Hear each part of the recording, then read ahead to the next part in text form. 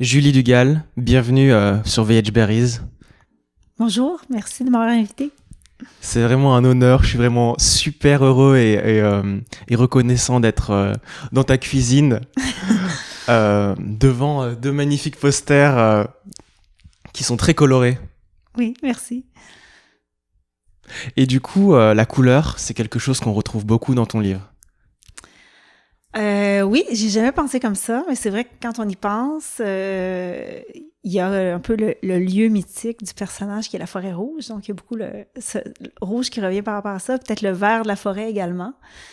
Donc, peut-être dans les descriptions des lieux et de la nature, c'est vrai que je pense que ça revient beaucoup, probablement. J'y avais jamais pensé comme ça. Et Julie, est-ce que tu peux nous parler de ta vie passée avant la publication de ce roman, du coup? Oui, ben si je parle de mon cheminement, disons, jusqu'à là, c'est sûr que moi, l'écriture a toujours fait partie de ma vie, là, très, très tôt. Je me rappelle, à 8-10 ans, j'avais un petit carnet que je notais des petits poèmes, des petits mots comme ça. Puis, je dirais que c'est vers l'âge de 12 ans que l'écriture s'est installée vraiment très sérieusement, là, avec des journaux intimes, des poèmes, des chansons que j'inventais. Puis là, ça a été... Je remplissais vraiment, vraiment beaucoup de carnets. Puis, j'ai jamais su si ça a eu une influence ou pas. C'est vrai que moi, j'ai commencé à écrire comme ça, beaucoup. Pour moi, l'écriture, c'est une manière de me confier quand j'étais plus jeune, puis j'aimais beaucoup ça. Puis, il y a ma mère qui a toujours beaucoup lu, puis je me souviens qu'elle avait plein de livres, puis elle me disait souvent, quand elle me voyait écrire, « Ah, j'aimerais tellement ça un jour, lire un livre de toi. » Puis, plus vieille, on dirait que des fois, ça me revenait. Je ne sais pas si ça m'a incité à écrire ou à lire. Probablement, peut-être qu'il y a eu une influence de ma mère à ce niveau-là. Et donc, l'écriture est restée comme ça, je dirais, dans mon adolescence de plus en plus. Puis bon, au départ, c'était plus des journaux intimes, des chansons, des petits poèmes. Puis après, c'est devenu... ça a pris une place plus importante. Là, je dirais que autour de 15-16 ans, là, j'ai commencé à... j'avais pris des cours, j'avais des choix de cours à l'école de français création, j'avais pris ça. Puis également, je me suis mis à participer par ce genre-là à des concours, des fois à l'école, au cégep, des concours de poésie, que là, j'avais été sélectionnée pour des recueils, tout ça pour représenter le cégep. Puis après, je me suis mis à écrire de la nouvelle. Là, j'ai fait aussi de plus en plus, puis bon, toujours en participant à des concours. Maintenant, il y avait un concours au cégep que j'avais été sélectionnée également. Puis, un peu plus vieille, là, je me suis mis toujours à écrire de plus en plus sérieusement. Puis je me suis mis après à soumettre des textes à des revues de création littéraire.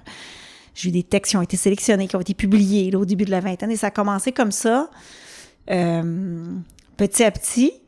Et il y a eu une période quand j'avais environ, je pense au début de à l'époque, j'avais fini mes études. Je travaillais dans un autre milieu là, que l'écriture. Je travaille en fait, je travaille avec des données. Je fais de la recherche maintenant en télévision. J'ai travaillé des fois pour des boîtes de recherche de publicité.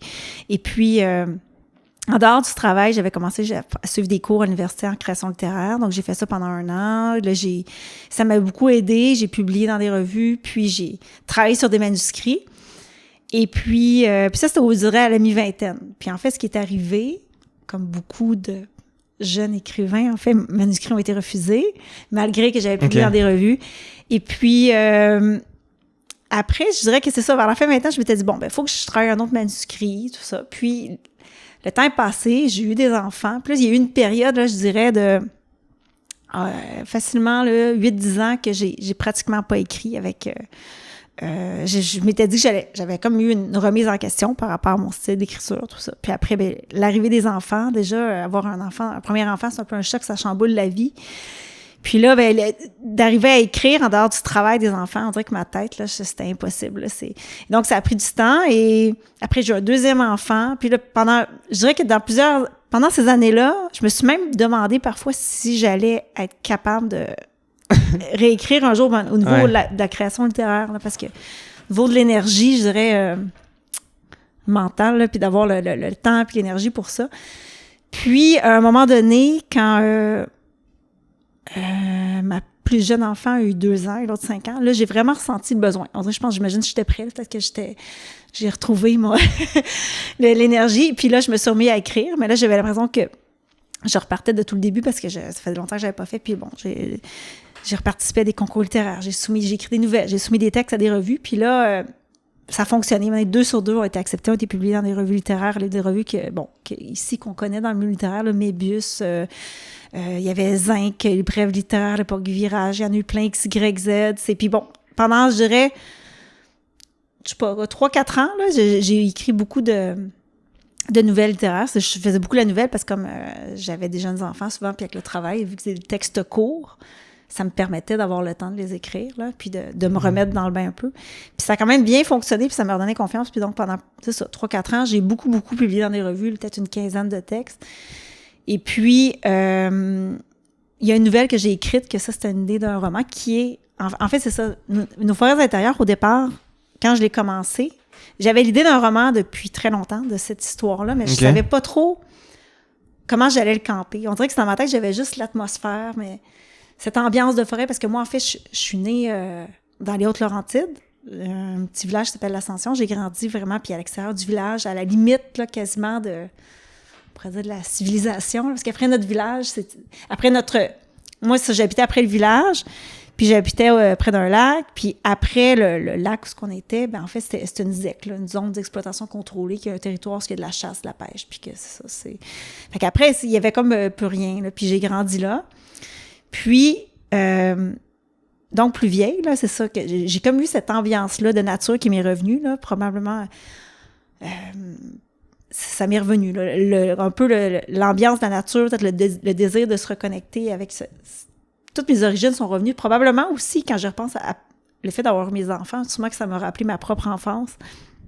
Puis tout ça m'est revenu en tête assez fort. Et donc, j'ai voulu écrire sur ça, sur un peu ce lieu-là où j'ai grandi, puis cette espèce d'atmosphère-là, là, de la forêt. Puis ça m'a pris du temps, donc, à essayer de trouver... où camper cette histoire-là. Puis à un moment donné, il y avait une revue qui s'appelle Zinc, qui d'ailleurs est la revue de mon éditeur, Marchand de Feuilles. Là, ils ont une revue de création qui s'appelle Zinc. Et j'avais soumis un texte qui a été publié. Puis bon, pour moi, quand j'ai écrit cette nouvelle-là, j'avais enfin réussi à trouver un univers pour mon roman. Puis bon, je m'étais dit, si ce texte-là est publié dans la revue, c'est accepté, ça va vouloir dire que, OK, go, c'est bon.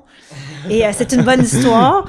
Et donc, ça a été accepté, j'étais vraiment contente. Puis là, à partir de là, puis il y a des gens qui m'en ont parlé un petit peu là, dans le milieu littéraire de cette nouvelle-là, puis ça m'avait... puis bon, à partir de là, j'ai développé mon roman autour de ce texte-là. La nouvelle, c'était une partie quand ils sont enfants, dans l'enfance, là, qui se passe dans le roman, une partie où il y a toute l'histoire autour du cheval de Barbie là, qui vole aux autres et tout ça. Et donc, la nouvelle se déroulait juste dans l'enfance, puis après, j'ai élaboré autour de ça. Donc, j'ai travaillé pendant un bout de temps. Des fois, j'avais à temps perdu, là, j'écrivais des petits chapitres, j'avais tout le temps des personnages qui me revenaient. J'ai élaboré autour de ça. Puis, donc, l'année suivant la publication de la revue, de la nouvelle dans la revue Zinc, il y a un programme, je ne sais pas si tu connais, ici au Québec, il y a l'Union des écrivains, l'UNEC, et ils font chaque année un programme de parrainage que des jeunes auteurs qui ont publié aucun ouvrage, ou je crois un ouvrage, mais en tout cas, moi, à l'époque, je crois que j'allais avoir un livre pour enfants, mais bon, c'est tout. Et on soumet un projet d'écriture, puis si on est sélectionné, on est jumelé à un auteur pendant 4 mois qui va nous parrainer, qui va nous aider dans le travail d'écriture et tout ça. Et donc, mon projet a été sélectionné. Là, ça a été un autre, coup de pouce, une autre reconnaissance. Puis bon, j'ai travaillé avec l'auteur Laure Morali, qui est donc, qui m'a épaulée dans la rédaction de mon livre, dans mon premier jet, là, pendant 4 mois. Et après le parrainage avec l'Union des écrivains, avec Laure, c'est ça. J'ai réussi à avoir un premier jet je dirais qu'il faisait 30 000 mots, là, environ. Puis... à ce moment-là, j'avais déjà eu 2 livres pour enfants, là, donc encore chez Marchand de Feuilles, là, qui est le même éditeur. Puis, donc mon éditrice m'avait dit, je veux lire ton roman, tout ça. Puis là, moi, je chantais avec 30 000 mots, il manquait, 30 000 mots, ça fait, je sais pas, une centaine de pages, là, mais je trouvais qu'il manquait quelque chose à l'histoire, que peut-être n'était pas assez en profondeur. Puis, mais en même temps, on dirait que pendant 1 an, j'ai essayé de la retravailler, puis on dirait que je tournais en rond, je savais pas trop. Puis à un moment donné, je l'ai envoyé à Mélanie, mon éditrice. Puis bon, elle dit, je vais leur lire, merci. Puis au bout de... Finalement, c'est ça. Finalement, elle était intéressée, mais on a retravaillé pour... elle m'a donné des pistes un peu pour rendre l'histoire, pour la développer un petit peu plus, parce que moi aussi, je sentais que c'était pas complet. Puis donc, après, il s'en est suivi un travail d'écriture, puis de réécriture, qui a duré, je dirais, je sais pas, 1 an ou 2, ça a été quand même long. Puis bon, le livre, après, est passé de... Finalement, comme je pense à 65-70 000 mots, là, qui en a fait les 400 pages. Fait que c'était finalement un travail de 6 ans, là, du début à la fin, de ce livre-là. Pas constant, mais c'est sûr que ça a été, c'est ça, un gros travail. Puis c'est sûr que j'ai écrit en occupant un travail à temps plein avec les enfants, tout ça, ça a été beaucoup de discipline. Mais je suis vraiment contente du produit fini. Puis je suis vraiment contente que... Je me trouve très chanceuse d'avoir une éditrice aussi qui m'a soutenue dans ce projet-là, puis qui y a cru, puis qui m'a...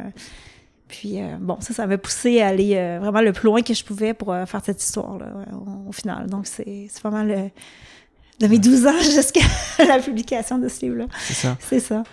Parce que t'en parlais juste avant, avec l'arrivée de 2 enfants. Oui. T'as eu de plus en plus de responsabilités sur les épaules et ça t'a peut-être détourné de l'écriture avant que tu reviennes encore plus fort. Oui, ben en fait, c'est drôle que tu dises ça parce que maintenant...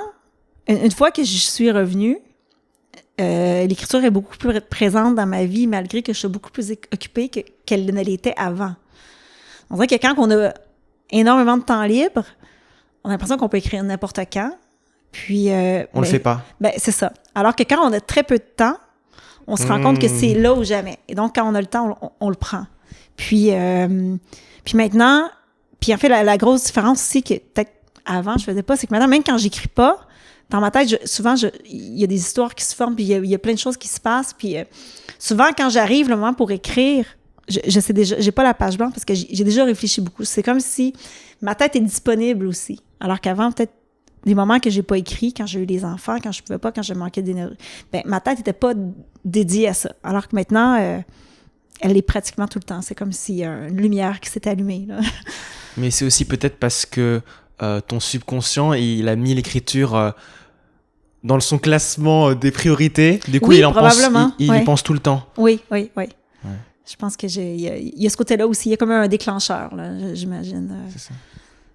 Donc, outre le fait que tu as déjà eu quelques années de travail, par exemple, pour calculer les audiences à la télévision. Oui, c'est ça, de mon travail en ce moment, c'est ça. Je suis agent de recherche là, pour une chaîne de télévision. Là, en fait, au niveau des données d'auditoire, c'est ce que je fais. Mais malgré... ces choses qui n'ont rien à voir avec la littérature, je comprends maintenant que tu as toujours baigné dedans, du coup. Dans l'écriture? Oui. Oui, c'est sûr. C'est évidemment... ça a toujours, comme je dis, ça a toujours fait partie de ma vie. Même, en effet. Là. Puis, malgré la pause que j'ai eue, parce que, disons, toutes les années autour de l'arrivée des enfants, que je croyais que c'était comme une parenthèse dans ma vie avant. Là. Maintenant, avec le retour que j'ai fait, puis maintenant, bon, ça fait plusieurs années, puis avec la réalisation que j'ai pu avoir avec la publication de ce roman-là, maintenant, j'ai plus confiance en ça, que je me dis que maintenant, je sais que l'écriture, je crois que ça va toujours faire partie de ma vie, là, maintenant, oui. Je pense qu'on peut parler de victoire avec ce livre. Oui, bien, c'est sûr que moi, au niveau, disons, de mes réalisations personnelles, c'est sûr que, oui, c'est une victoire, oui, en effet. Parce que, oui, un premier livre aussi, je pense un premier roman aussi, c'est... En tout cas, je pense que c'est un peu émotif, là, aussi, là, d'arriver... je sais pas si les autres... j'espère qu'il y en a d'autres, mais si les prochains vont me toucher autant, là, du fait d'y arriver, là, disons, de tout le processus, là. Mais bon, oui, c'est sûr que premier roman, je pense que c'est spécial pour n'importe quel auteur, là, j'imagine. Tu dis que tu vas pas y arriver pour les prochains? Non, j'ai dit oui, j'ai dit normalement je vais y arriver, oui, c'est dans les plans. Mais c'est sûr que, comment dire, je me rends compte maintenant que je suis pas certaine que les prochains seront nécessairement plus faciles. Je pense qu'à chaque fois, tout est à refaire. C'est pas parce qu'on a écrit un livre que je pense que... Donc là, j'imagine que... Je crois que le travail sera aussi difficile. Des fois, sinon plus. Parce que des fois, je me dis, bon, peut-être que maintenant... parce que des fois, il y a des lecteurs qui m'écrivent maintenant, beaucoup, qui me disent quand est-ce qu'on va te lire prochainement, un prochain roman, j'ai hâte de... Puis là, bon, des fois, je me dis, bon, Dieu, ça fait une certaine pression. C'est ça. Là, je me dis, bon, on arrive avec un premier roman, c'est comparable à rien avant. Le deuxième, forcément... Peut-être qu'il va être comparé à ça. on veut pas faire la même chose en même temps. On veut recréer quelque chose de nouveau. Fait que bon, il y a une petite pression que je sens là. Mais oui, c'est sûr que je réfléchis déjà, je dirais depuis quelques mois, à un prochain roman que j'espère pouvoir me consacrer dans la prochaine année. Là. On verra combien de temps ça prendra pour achever celui-ci. Le secret, on le connaît tous, c'est de se renfermer dans sa forêt intérieure, de s'isoler dans les bois pour écrire et de couper toutes les influences extérieures. Ben c'est certain que moi, oui, je vais beaucoup en forêt. Je fais beaucoup de randonnées, tout ça. Par contre, ça va m'éveiller des idées. Par contre, comme ce que je fais, je suis pas par contre le portrait là, de l'auteur qui va s'encabaner dans un endroit et écrire.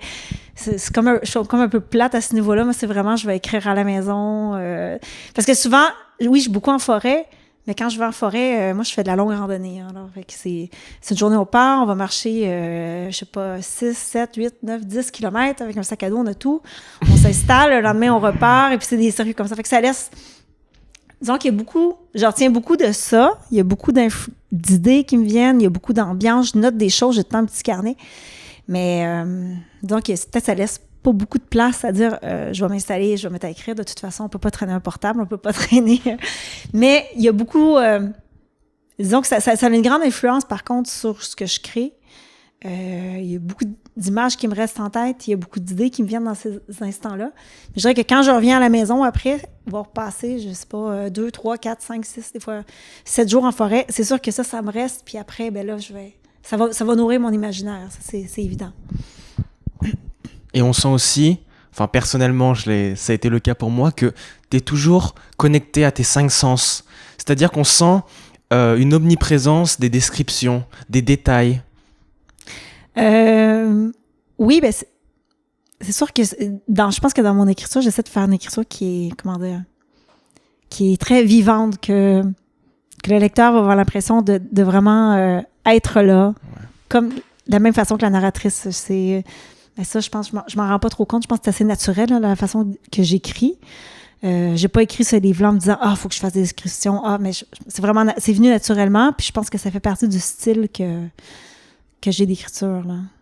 Mais je pense aussi qu'on peut faire un lien avec ton passé de livre pour enfants, parce qu'un enfant, dans les livres pour enfants, il y a ce souci de simplification, de justement le fait de... ben c'est sûr que dans ce livre-là, il y a une grande partie qui est l'enfance aussi. Hein? Le personnage enfant, il y a le narrateur qui est... Bon, l'histoire se passe...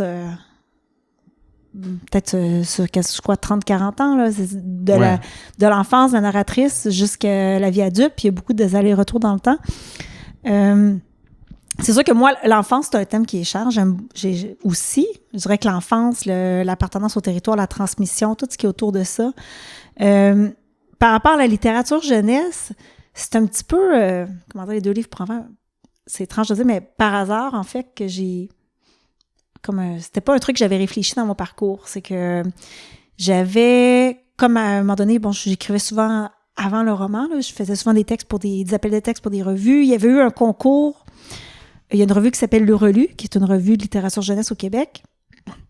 Puis chaque année, ils organisent un concours de littérature jeunesse. Ils ont des catégories de textes comme 10 ans et plus pour les 5 à 9 ans, pour les différents lectorats. Et puis j'ai participé 2 années consécutives, une année dans le 10 ans et plus et une autre année dans le 5 à 9 ans. Puis bon, la première année, 10 ans et plus, j'ai eu le premier prix. L'année d'après, je ne pouvais pas participer là, donc j'ai fait l'autre, 5 à 9 ans, et j'ai eu le 2e prix. Et puis comme j'avais publié quelques fois dans la revue de Zinc, là, de mon éditeur Marchand de Feuilles, puis bon, des fois, j'avais soumis un manuscrit de recueil de nouvelles à mon éditrice, puis à l'époque, il était plus ou moins travaillé, puis bon, elle m'avait dit que, c'est ça, il manquait de travail, puis elle m'avait dit, si jamais il y a autre chose que tu as publié, je veux bien les voir et tout, puis bon, finalement, avec les textes pour enfants que j'avais fait, elle a décidé d'en faire des albums jeunesse, donc ça m'est arrivé un peu par hasard comme ça. Moi, par contre, peut-être qu'il y aura d'autres livres pour enfants, pour l'instant, j'ai pas d'autres projets, mais c'est certain que c'est plus une littérature comme ce livre-là c'est pas la littérature jeunesse, disons, ma littérature de prédilection. Là, c'est vraiment plus... Mais c'est vrai que, oui, il y a tout le côté... le personnage qui est enfant. J'ai beaucoup aimé travailler la voix du personnage lorsqu'il est enfant. Puis j'aimais ça écrire au jeu, puis au présent. pour qu'on ait vraiment l'impression que c'est dans la tête de l'enfant, que c'est pas l'adulte qui raconte l'enfant. Tu sais, je voulais vraiment que ce soit, puis j'essayais de plus possible là, qu'on ait l'impression vraiment que c'est un enfant qui raconte. Puis ça, j'ai beaucoup aimé travailler ces passages-là. Ouais.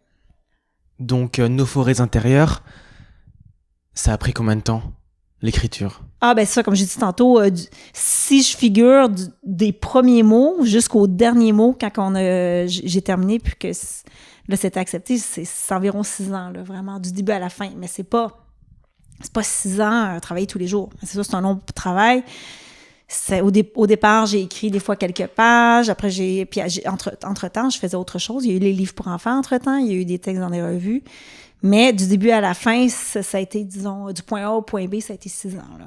Mais les 2 dernières années, il y a eu beaucoup de travail. Là. Je dirais que c'est comme si la moitié du livre a été écrit en 4 ans, puis l'autre moitié en 1 an et demi, 2 ans, là, vraiment, là, au niveau du volume du livre. Là.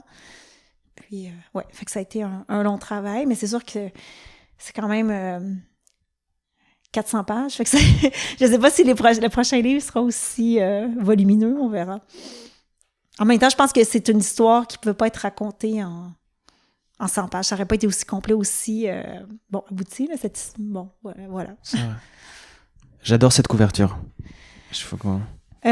Oui, moi aussi. Ça, c'est...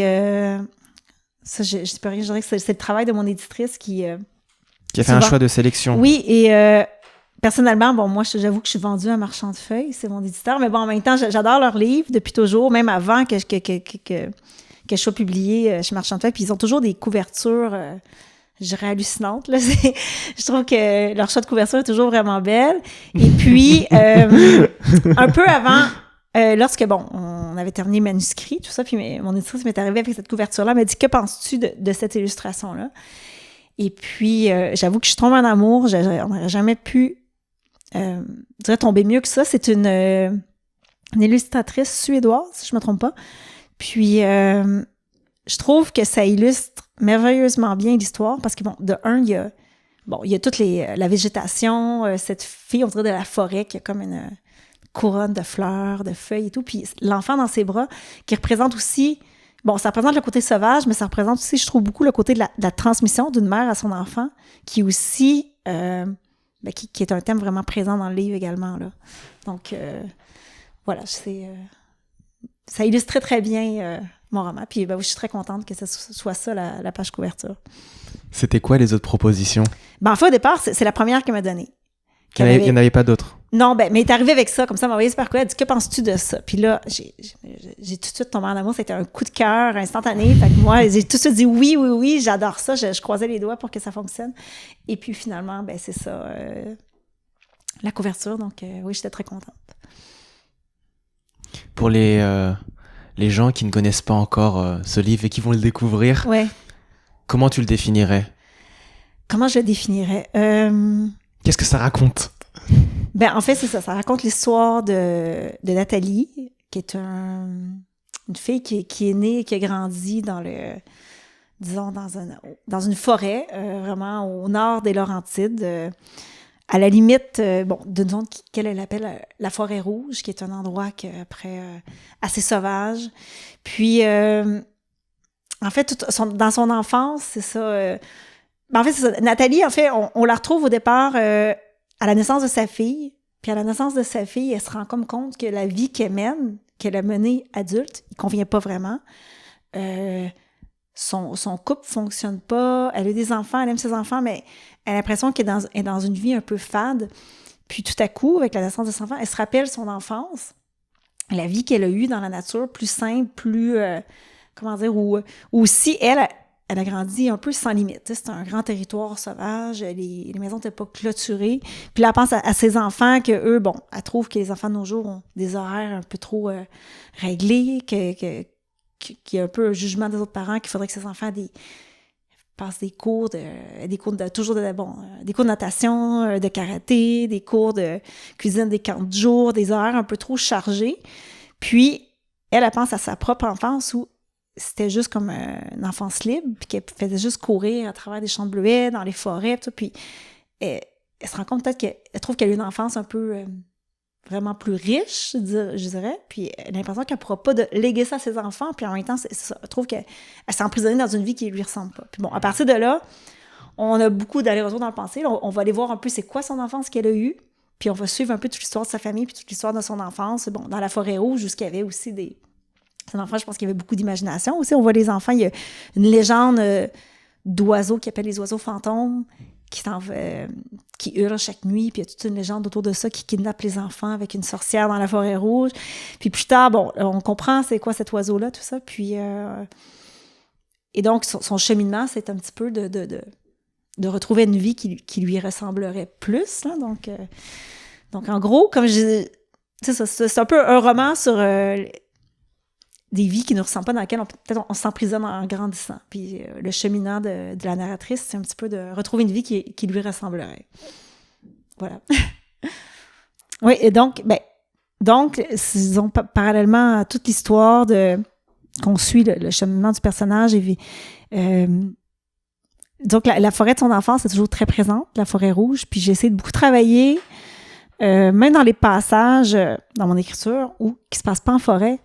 Je me suis beaucoup attardée à tout le champ lexical de la forêt, puis j'ai essayé de beaucoup utiliser ça en tant que poésie pour décrire même toutes les autres scènes ou souvent les émotions, tout ça. C'est comme dans le langage du livre, j'ai beaucoup travaillé ça dans l'écriture pour que la forêt soit omniprésente partout, même lorsqu'on n'était pas en forêt. Donc, disons que c'est ce qui a caractérisé beaucoup, je pense, l'écriture de ce livre-là. Avec quelques jeux de mots quand même. Oui. Oui, c'est ça, j'ai essayé de faire... Puis, Nos forêts intérieures, en fait, c'est ça le titre. En fait, j'étais bien contente quand j'ai trouvé ce titre-là, c'est qu'il y a comme en fait deux niveaux. Bon, il y a la forêt au sens propre qui est très présente, la forêt de son enfance, la nature, le retour à la nature, mais c'est aussi à travers le personnage de Nathalie, qui est la narratrice principale, puis les deux autres personnages qu'on croise, Karine et Luc, nos forêts intérieures, c'est comme un peu leur vraie nature à chaque personne, leur passé, ce qu'ils sont vraiment... c'est comme ça, en vieillissant, ils ont comme renié un peu une partie de leur passé, puis ou de ce qu'ils sont vraiment, puis qu'est-ce qu'ils voudraient être, ou les choix qu'ils ont fait dans la vie. Puis, c'est ça, nos forêts intérieures, c'est comme leur vraie nature à chaque personnage, et qui sont vraiment, qui devraient être vraiment pour correspondre à quoi ils veulent aspirer dans la vie, si on peut dire d'une certaine façon. Là, donc, parce que la forêt, c'est l'endroit par excellence où la nature reprend ses droits. Oui, et du coup, c'est vrai. Au fond de nous, c'est là où on révèle le vrai nous. Oui, voilà, c'est ça. Fait que je trouvais que c'est un titre qui illustrait vraiment bien le roman puis toute l'histoire. Ça fait qu'il y a le côté propre et figuré. Je pense que ça... À un moment donné, dans le livre, le personnage, elle parle que, bon, comme peut-être dans la vie qui ne correspondait pas, qu'elle a l'impression qu'on essaie tout le temps de couper ses branches. Elle dit le monde des adultes n'est vraiment pas fait pour les grandes forêts, dans les réunions de parents, au travail, tout ça. Il faudrait être un beau petit terrain tout bien entretenu. J'ai l'impression qu'on coupe mes branches à chaque jour, puis c'est comme si on coupait son souffle. Donc, ça illustre bien ces passages-là, oui. Et Julie, la liberté. Oui. Oui, c'est un thème, en effet. Oui, aussi, qui est... Qu'est-ce que ça veut dire pour toi? Je pense que qu'est-ce que ça veut dire pour moi? C'est vrai que dans ces livres-là, je parle beaucoup du fait que, bon, elle aimerait que ses enfants connaissent une enfance libre qu'elle a connue. Puis, en fait, la liberté, je pense, comment décrire la liberté? C'est une question un peu complexe, on pourrait trouver. Mais je pense que la liberté, c'est de ne pas s'encombrer de trop de choses qui ne nous ressemblent pas, en fait. Je pense que souvent, si on s'encombre de plein de choses, autant matérielles que dans notre parcours au travail, de toutes les choses qui nous ressemblent pas, puis on se donne des obligations, mais je pense qu'on est plus libre d'être qui on veut. Fait que je pense que dans le livre l'aborde aussi un peu. Je pense que la liberté, c'est plus... c'est être quelque chose qui nous ressemble, puis peut-être se désencombrer peut-être la presse, de pas se laisser emporter ou se laisser influencer peut-être par la pression que la société va nous dire de quoi faire, qui être, comment agir. Je pense que quand on essaie de se défaire de ça, on va acquérir une liberté, une plus grande liberté. Puis, voilà, ça, je pense que ça serait ça, une certaine vision de la liberté. Ouais. Se pas faire dicter ce que l'on doit faire. Oui. Et quand je t'écoute, je lis, je sens justement que tu t'es beaucoup inspiré justement de ces valeurs parce que, par exemple, dans cette cuisine, bon, j'utiliserai pas le mot de minimalisme, mais c'est quand même assez simple. Oui, ben je dirais, d'un autre côté, c'est vrai que moi, personnellement, pour moi, je fais le lien avec ça aussi. Comme je disais, je vais beaucoup en forêt depuis environ 5 ans. Moi, je suis née, comme je dis, je suis née dans la forêt, tout ça. Bon, après, j'ai grandi, je suis partie, on est venu à la ville. Puis, j'ai toujours senti que j'étais une fille, disons, quand même de la forêt, parce que, bon, c'est mes souvenirs d'enfance, tout ça. Mais c'était moins présent dans ma vie. Malgré que j'avais un grand désir de retour à la nature. Puis c'est un peu pour ça, je pense, que j'ai senti le besoin urgent d'écrire ce livre-là. Puis après, il y a 5 ans, j'ai rencontré mon copain qui, lui, faisait déjà beaucoup de randonnées en forêt, nature. Puis c'est lui qui m'a initiée à ce côté-là. Et je dirais qu'avec toutes ces sorties en forêt, que maintenant assez fréquentes, là, le fait d'aller beaucoup en forêt puis de faire beaucoup de randonnées, en fait, c'est de la randonnée en autonomie. Là, donc, c'est ça, on part, c'est très minimaliste. C'est pour ça que je fais le lien avec ce que tu disais. C'est vraiment juste un sac à dos. On doit avoir tout dans notre sac, la tente, le sac de couchage, la nourriture pour, mettons, plusieurs jours, vraiment tout. Puis, quand on part comme ça, en fait, c'est ça nous ramène vraiment à des choses simples parce que, bon, on arrive le soir, on doit faire un campement, on doit trouver de l'eau, on doit filtrer l'eau, on a des filtres pour l'eau, on doit, avoir un abri. Fait que l'important, c'est de se couvrir, de boire, d'avoir de l'eau à boire, d'avoir la nourriture. Bon, évidemment, on amène la nourriture, mais bref, ça ramène vraiment, vraiment à des choses simples. Puis on amène très peu de vêtements. Puis, je dirais que ça a beaucoup influencé peut-être ma vie quotidienne de tous les jours depuis, en fait, que je fais ça. Parce qu'après, quand on a passé, mettons, une semaine en forêt à avoir 2 chandails, une seule paire de pantalons, à s'occuper de soi-même, de dire, OK, là, j'ai pas assez d'eau pour demain matin, ou là, j'ai pas assez d'eau, on va aller filtrer de l'eau, il faut que j'ai une réserve d'eau. Mais après, quand on revient dans notre vie quotidienne de tous les jours, avec tout l'encombrement matériel, puis plein de choses, on se rend compte on dirait qu'il y a beaucoup de choses qui nous paraissent superflues. Puis que finalement, on se rend compte qu'on en a peut-être pas besoin. Fait que oui, le côté peut-être minimaliste, je fais le lien avec ça. Peut-être que la forêt m'apporte ça de plus en plus, là, des séjours en forêt. Là. Puis bon, je fais le lien un peu avec le livre, puis avec ce que tu disais de la cuisine. Donc, c'est probablement ce qui a une influence dans ma vie de tous les jours. Là, oui. C'est exceptionnel. Ça veut dire que nos forêts intérieures, c'est une invitation à faire une randonnée, tout simplement. Oui, mais en fait, c'est ça. J'ai commencé à écrire ce livre-là à un moment que je fréquentais plus vraiment les forêts du Québec et tout ça. Puis, au cours de la rédaction, comme j'ai dit, j'ai rencontré mon amoureux qui, lui, m'a initié à ça. Puis après, maintenant, je dirais que, oui, la forêt est très, très, très présente. Je visite beaucoup de forêts des Laurentides, de la Mauricie, de la Naudière. On était beaucoup en Gaspésie, partout au Québec. Puis, on fait des séjours et qu'on traverse des forêts sur plusieurs journées. Donc, oui, c'est vrai, maintenant, la forêt est très, très présente. Le livre, donc, en fait, c'est ça. À partir de la moitié de la rédaction que je l'ai écrit, je me suis mis à visiter à beaucoup faire ça là, en forêt. Fait que sûrement que ça a beaucoup teinté mon écriture, j'imagine. Puis forcément, maintenant, pour tout ce que je vais écrire à l'avenir, c'est sûr que ça va sûrement influencer ça, là, au niveau de mon imaginaire, puis de mon écriture. Ça, c'est certain, oui. Récemment, j'ai discuté avec Daphné B. Oui. Et elle m'a dit qu'elle faisait lire ses manuscrits à personne. Est-ce que toi, t'es un peu différente? Je suis un peu comme ça, moi aussi. Souvent, on dit qu'il faut faire lire, puis moi, moi, déjà, on dirait que je parlerai jamais d'une idée. Comme là, j'ai une idée, mon prochain roman, je dirais surtout surtout pas avant d'avoir commencé à l'écrire, en parler, parce que j'ai toujours l'impression que tant qu'on n'a pas commencé à l'écrire, puis qu'on n'est pas... J'ai l'impression qu'en parlant, c'est comme si là, c'est précieux. C'est comme un trésor que j'ai une idée, ça me stimule, ça va bouillonner dans ma tête, là, toute l'idée de cette histoire-là. Puis j'ai l'impression que si j'en parle à chaque personne, je vais en parler, ça va enlever un peu de la magie que j'ai dans ma tête. Donc, pour l'instant, puis en même temps, en parlant, moi, j'ai une vision. Là, c'est difficile d'en parler puis que la personne comprenne bien ce que j'ai tout le temps peur de faire dévier ou de faire dire, là, tel. Fait que je garde... Pour moi, c'est comme quelque chose de précieux puis c'est quelque chose de...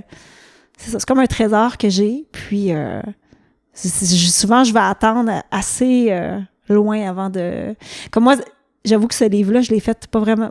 Pour moi, mon test de le faire lire, ça a été de publier une partie du livre en nouvelle dans une revue. Fait que ça a été le test. Puis après, ça a été le parrainage. J'ai été relu par l'auteur qui m'avait parrainé. Puis après, ça a été mon éditrice. Mais autour de moi, non, j'avoue que je suis très secrète. Puis mes manuscrits, comme moi, ce livre-là, ben, personne autour de moi l'avait lu avant de... Il y a une personne avec qui que je connais, un ami qui lisait beaucoup, que quand j'étais à la moitié du livre, que j'ai vu un premier jet, qui l'avait lu parce que je voulais avoir des impressions. Mais sinon, le manuscrit final, les gens l'ont lu quand le livre est sorti. Là. Donc, je suis un peu comme ça aussi. Là. Et Nathalie, quand tu dis que tu avais publié un petit extrait dans une revue littéraire, c'est-à-dire que tu as pris, par exemple, 10 pages que tu as mis? Non, ben, en fait, c'est ce que je parlais tantôt, c'est qu'au départ, au début du roman, quand j'ai réussi à faire l'univers, ben, c'était une nouvelle que j'avais écrite, que j'ai publiée dans une revue, puis après, j'ai élaboré le roman autour de ça. Donc, c'est comme un peu la naissance du roman, là, c'est ça, comme j'expliquais tantôt, là, ouais. Puis après, ben, c'est ça, j'ai continué autour de ça. C'est intéressant, cette vision.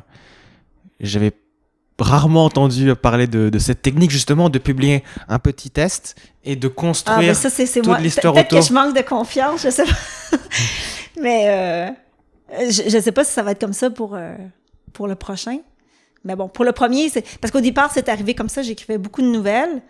Et puis là, il y avait un appel de texte pour cette revue, que c'était le thème cheval. Puis là, j'avais eu en tête cette histoire de cheval de Barbie. Puis là, je m'étais dit, bon, inspiré un peu là, de l'enfance que j'ai eue. Et donc, je suis partie de ça. Puis donc, quand ça a été publié, je me suis dit, bon, ça veut dire que cette ambiance-là, ce thème-là, c'est intéressant. Ça intéresse des gens. Et donc, à l'époque, c'est ça, je faisais beaucoup de textes, des revues. Puis c'est sûr que moi, écrire un roman, ça me paraissait tellement gros dans ma tête, là, je me disais, travailler sur le même... Puis bon, quand ça a fonctionné, après, j'ai comme gravité autour de ça, là. Ouais. Et est-ce que tu peux me parler justement de ce mot que tu viens d'utiliser, de Barbie, justement, qui est, du coup, une pierre angulaire de... Ah, dans l'histoire? Oui. En fait, c'est que une section du livre, lorsque la narratrice est enfant, en fait, c'est ça. Nathalie, elle, comme je disais, elle a grandi, c'est ça, en forêt, dans un endroit que... j'avoue qu'il y a beaucoup de la section de l'enfance qui est beaucoup inspirée de l'enfance que j'ai eue. Ouais. Donc, moi aussi, là-dedans, il y a Nathalie, il y a sa cousine Karine, puis il y a son cousin Luc. Nous, on était beaucoup plus de cousins, mais c'est vraiment comme ça. Moi, quand j'étais jeune, mes parents, elle avait un endroit qui campait toujours, qu'elle est comme un peu dans ce coin-là, avec mes oncles, mes tantes. Puis un jour, ils ont décidé comme ils allaient souvent, d'acheter des terrains, puis ils ont tout défriché, puis ils ont construit leur maison, puis c'est vraiment comme ça. Et moi, je suis née là-bas, puis c'était vraiment un bout de chemin. On n'avait pas de nom de rue, puis c'est vrai, le lac avait un nom, mais notre rue n'avait pas de nom. Puis jusqu'à temps que je déménage, il n'y avait pas de nom de rue, puis on n'avait pas d'adresse, puis c'était juste au village, on avait une petite boîte postale, puis c'était vraiment comme ça, puis il y avait des ours autour et tout, plein de... Ah ouais? Parfois, il y avait mon oncle qui venait, puis qui nous disait « Rentrez dans la maison, il y a un ours dans le coin, sortez pas », fait que là, on rentrait, puis... fait que j'ai vraiment eu une enfance comme ça, puis avec, comme je disais, c'était les années 70, là, fait que c'était vraiment, plus j'imagine c'était les années là, un peu hippie, tout ça, puis il y avait... J'allais le dire, oui. Le mot hippie. C'est ça, mes parents n'étaient pas tellement hippies, mais c'est sûr que c'est le courant... C'était un courant là, dans ces années-là. C'est sûr que tout le monde faisait des parties, tout ça. Fait que nous, je me rappelle, la fin de semaine, il y avait tout le temps, surtout l'été, il y avait des roulottes dehors, des tentes, il y avait du monde qui dormait dans le salon, dans le sol, il y avait des gros feux dehors. À un moment donné, mon père avait acheté comme dans les un cochon, là, un michoui, puis là, on faisait griller. Puis, c'est ça a beaucoup marqué mon enfance. Puis c'est sûr que moi, puis en plus, dans les années 70, 80, c'est sûr que je pense que les parents avaient moins, comment dire, c'était moins comme maintenant là, que les enfants là, sont beaucoup couvés. On dirait que moi, quand j'ai eu mes propres enfants, avant d'avoir mes enfants, on se dit, moi, je vais pas être comme ça, moi, je vais pas être comme ci, je vais faire comme moi. Puis finalement, on dirait que la pression est tellement grande. C'est comme inconscient. On dirait qu'on a l'impression qu'on n'est pas capable d'être aussi relax que nos parents l'étaient, de dire, OK, c'est pas grave, à 7 ans, va-t-on au parc tout seul. Mais bon. Fait que bref, j'ai eu une enfance. En plus, c'est ça, c'est en... Il y avait... On avait des chemins de terre, qu'on partait Ouais. en bicycle, on allait dans le bois, il y avait des grands champs de bleuets, puis il y avait un lac, puis fait que c'est ça. Fait que, ouais, là, je m'éloigne un peu du sujet. Donc, bref, je me suis inspirée dans le livre, c'est Karine avec sa cousine, Nathalie avec sa cousine Karine. Bon, je me suis inspirée, moi, de ma cousine, puis donc, c'est ça. Ils ont des amis qui ont un chalet, que c'est des filles comme qui habitent en ville, qui sont pas comme eux, qui sont nées vraiment en forêt. Et puis eux, bon, ils ont des jouets comme modernes de la ville et tout. Donc, dans l'histoire, ils leur volent un cheval de Barbie. Moi, je me suis inspirée, c'est que des fois, quand j'étais jeune, j'avais vraiment des amis comme ça qui avaient un chalet. Mais bon, des fois, ils oubliaient des jouets chez nous, puis on jouait avec pendant une semaine. Puis on était comme, wow, des vrais jouets. Nous, on rêvait, on voyait ça dans les catalogues, parce qu'on n'avait pas de magasin au village, il n'y avait rien. Il y avait pas. Et donc, ben bon, l'histoire, c'est ça. Puis bon, dans l'histoire, elle vole un cheval de Barbie pour sa cousine, pour lui faire plaisir. Puis il décide de les garder. Puis il y a tout un truc autour de ça. Comme une chicane entre les filles de la ville et celles qui sont nées. Puis bon, voilà, je sais pas comment décrire plus, mais bon, c'est ça. Il y a tout le côté de l'enfance là, qui ressort beaucoup dans cette section-là. Là. Puis ça se passe à un moment, disons, charnière où Nathalie apprend qu'elle va quitter le lac pour aller vivre en ville. Puis c'est un petit peu, disons, c'est comme un peu le début de la fin de toute cette époque-là de party et tout ça. Après, on comprend dans le livre que c'est un petit peu un déclin. Là. Tout le monde finit par quitter et tout. Puis toutes ces années un peu intenses se terminent. Là. Okay. Voilà, Et dans les années 70, de ce que j'ai compris, tes parents, le voyant rouge de la notion du danger était complètement éteint. Ah, ben je sais pas si c'était éteint, là, mais bon, je pense que n'importe quel enfant qui a grandi plus fin 70, début 80, même, mais en même temps, c'est sûr que là-bas, nous, il y avait pas vraiment c'était pas la ville, là, c'était un champ, il y avait pas, c'était des champs de bleuets, c'était des forêts, le lac, fait que c'est sûr qu'on avait un grand territoire pour jouer. C'est comme moi, personnellement, comme j'ai vraiment grandi là, quand je suis arrivée, nous, entre nos deux maisons, là, comme je dis, mes parents avaient construit nos maisons comme ça, de A à Z. Puis entre la maison de ma cousine et moi, nos parents avaient décidé de ne pas semer de pelouse. Puis c'était un énorme carré de sable, là. Vraiment plus grand que ma cour ici. Donc, un grand carré de sable. Puis pour moi, c'était ça, un carré de sable. Parce que bon, et quand on est arrivé plus tard à la ville, quand j'étais plus vieille, mais quand j'ai vu les carrés de sable avec lesquels les enfants jouaient, un petit carré en plastique avec un petit couvercle, j'étais comme hallucinée. Je me disais, mais quoi, c'est ça un carré de sable? Mais comment ils font pour jouer? C'est tellement petit. Alors que nous, c'était à perte de vue. Tu sais, c'était comme, dans les yeux d'un enfant, c'est comme grandiose d'avoir un territoire comme ça, d'avoir un lac, d'avoir des champs de bleuets, des framboises, des fraises sauvages, d'avoir un grand carré de sable. On partait, c'est comme infini. Je pense que dans les yeux d'un enfant, ça paraît encore plus grand que dans les yeux d'un adulte. Fait que c'est vraiment ce que j'ai essayé de traduire dans les parties de l'enfance, comme ce côté merveilleux-là de l'émerveillement de l'enfant là, par rapport à un terrain de jeu infini. Là. Il y a ce rapport avec le passé, peut-être la nostalgie qui est très très présent, je sens. Est-ce que tu es déjà, par exemple, retourné sur ces terres du passé? C'était au Canada, du coup? Oui, c'est dans les Hautes-Laurentides, mais j'y vais encore. Ah oui? J'ai encore de la famille qui habite là. D'accord. Dans les deux mêmes maisons? Non. Nos maisons ont été vendues, Mais bon, lorsque j'y vais, c'est soit... par exemple, j'ai loin un chalet avec des enfants, tout ça, ou je vais aller dans le secteur faire de la randonnée ou des trucs comme vraiment aller sur ces territoires-là, mais j'y vais... oui, je dirais en gros au moins une fois par année que je retourne sur les lieux ou dans ce village-là ou autour, là, dans tout ce secteur-là. C'est sûr que ça a une valeur sentimentale là, pour moi, cet endroit-là, mais oui, j'y retourne encore régulièrement, là. Pour revoir les ours. Non, mais ça, blague à part, quand les ours, souvent, même moi, quand j'étais jeune, je les ai jamais... Parce que même moi, personnellement, soit dans mon enfance, là-bas, ou même pourtant que je vais souvent en forêt randonnée, des ours, j'ai souvent vu leurs traces, mais je les ai jamais vus. Alors, les ours, souvent, ils ont peur des humains, là, les ours au Québec, donc ce qui fait que on les voit rarement, les animaux sauvages. Ouais. Peut-être cet été, du coup, y retourner.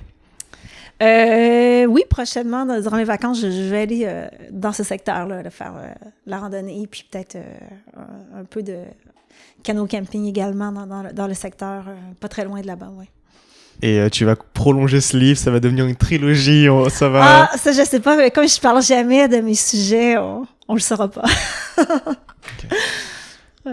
Julie Dugal, merci beaucoup. Mais merci à toi de m'avoir invité pour cette discussion.